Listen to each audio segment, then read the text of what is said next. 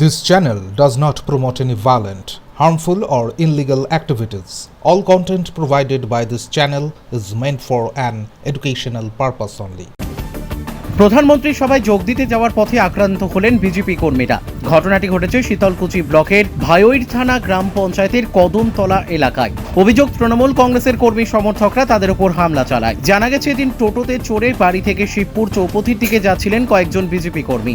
সেখান থেকে গাড়ি করে আলিপুরদুয়ারে প্রধানমন্ত্রীর সভায় যাওয়ার পরিকল্পনা ছিল তাদের। পথে কদমতলা এলাকায় তাদের পথ আটকায় একদল তৃণমূল সমর্থক। অভিযোগ, প্রথমে দুপক্ষের মধ্যে তর্কাতর্কি শুরু হয়, পরে বিজেপি কর্মীদের রাস্তায় ফেলে মারধর করা হয়।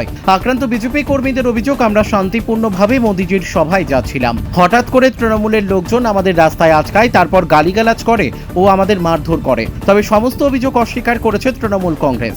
স্থানীয় অঞ্চল সভাপতি বলেন, এই ঘটনা সম্পূর্ণ ভিত্তিহীন। বিজেপি রাজনৈতিক উদ্দেশ্যে এই ধরনের মিথ্যে অভিযোগ করছে। আমাদের দলের কেউ এই ঘটনার সঙ্গে জড়িত নয়। আমাদের নরেন্দ্র মোদীর প্রোগ্রাম ছিল, সবাই আসার জন্য একটা অটোতে উঠছিল। ওরা প্রায় বয়স্ক লোক, সবাই বয়স্ক লোক, 10 জন। এখানে ভাওর থানা জিপির যে টিএমসির সভাপতি, তার নেতৃত্বে আমাদের 10 জনকে মারধর করছে। 4 জন তো সিরিয়াসলি ইনজুরি, তার মধ্যে নিরঞ্জন পাল খুব বেশি হয়েছে।